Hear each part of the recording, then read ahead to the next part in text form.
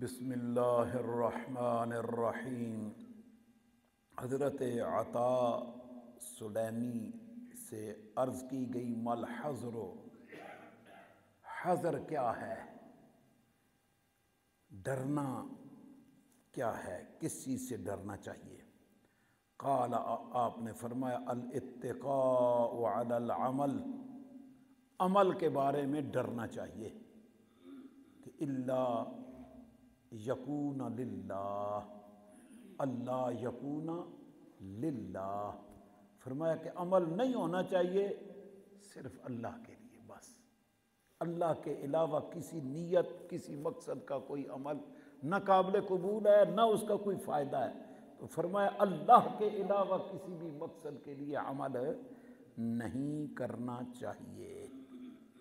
اگلی حدیث حضرت ابراہیم بن اشعث سے روایت کی گئی ہے، وہ فرماتے ہیں کہ اللہ پاک سورہ ملک کے اندر فرماتا ہے لَيَبْلُوَنَّكُمْ أَيُّكُمْ أَحْسَنُ عَمَلًا، ضرور بالضرور اللہ آزمائے گا تمہیں کہ کون تم میں سے اچھے عمل کرتا ہے، تم میں سے اچھے عمل کون کرتا ہے، یہ تمہاری آزمائش ہوگی۔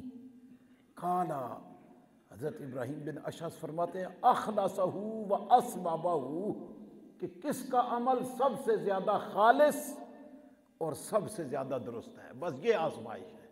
دنیا میں اللہ نے جو ہمارے اعمال کی جانچ پڑتال آزمائش رکھی ہوئی ہے نا، وہ یہ ہے کہ خالص عمل کس کا ہے اور کتنا زیادہ خالص ہے، ہم نے اپنے عمل کو خالص کتنا رکھا ہوا ہے۔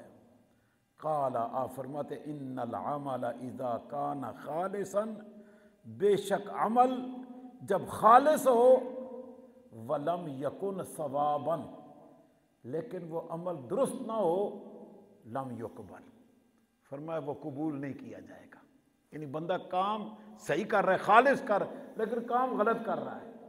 بے وضو کوئی بندہ نماز پڑھنے آ جائے تو اس کی نیت بہت اچھی ہے، وہ بالکل صحیح پڑھنا چاہتا، لیکن اسے پتہ ہی نہیں ہے وضو کیا ہے، تو نماز ہی کوئی نہیں ہوئی، قبول نہیں ہوگی۔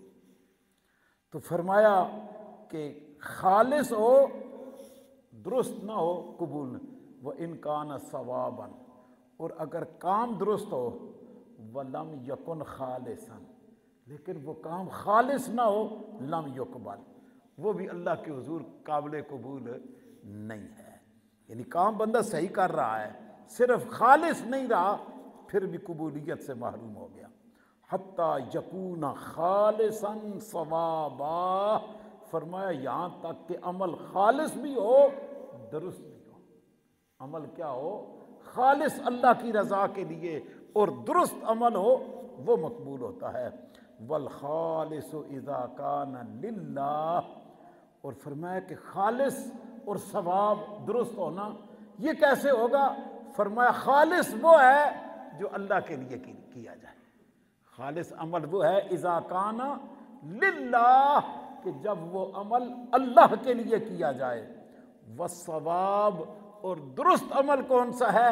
اذا کان علی السنہ، اذا کان علی السنہ، کہ جب وہ عمل سنت کے مطابق کیا جائے، جب وہ عمل کیا کیا جائے؟ سنت کے مطابق کیا جائے تو وہ درست عمل ہے۔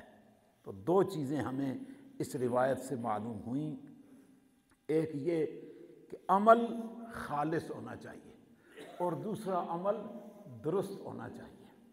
اور خالص عمل صرف اللہ کے لیے کیا جائے تو وہ خالص ہے، اور درست عمل جو حضور کے طریقے کے مطابق سنت مطہرہ کے مطابق کیا جائے تو وہ ثواب ہے، وہ درست ہے۔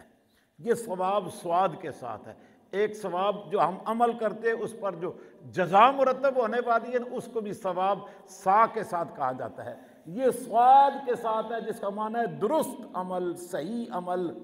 تو یہ دو چیزیں ہمیں حضرت ابراہیم بن اشعث نے یہاں اللہ کریم کے حکم سے استنباط کرتے ہوئے ارشاد فرمائیں کہ اللہ ہمارے عملوں کو آزمائے گا کہ ہم میں سے کون اچھے عمل کرتا ہے، اور اچھے عملوں کا دار و مدار خالص ہونے اور درست ہونے میں ہے۔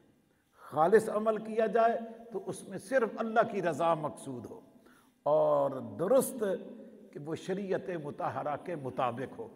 شریعت مطہرہ سے ہٹ کے، سنت نبوی سے ہٹ کے ہوگا تو عمل پھر بھی بیکار ہو جائے گا، اس کا بھی کوئی فائدہ ہونے والا نہ ہوگا۔ تو اس لیے ہمیں اپنے اعمال کی اصلاح رکھنی چاہیے، ان کو خالص اللہ کی رضا کے لیے کرنا چاہیے، اور ان کے اندر شریعت کو بھی تلاش کر کے رکھنا چاہیے کہ یہ میرا عمل شریعت کے مطابق ہے یا نہیں ہے، حضور نبی کریم صلی اللہ علیہ وسلم کی سنت مطہرہ کے مطابق ہے یا نہیں ہے۔ یہی عمل کی مقبولیت کا ذریعہ ہے۔ اللہ پاک ہمیں آقا کریم صلی اللہ علیہ وآلہ وسلم کی تعلیمات پر عمل کی توفیق عطا فرمائے۔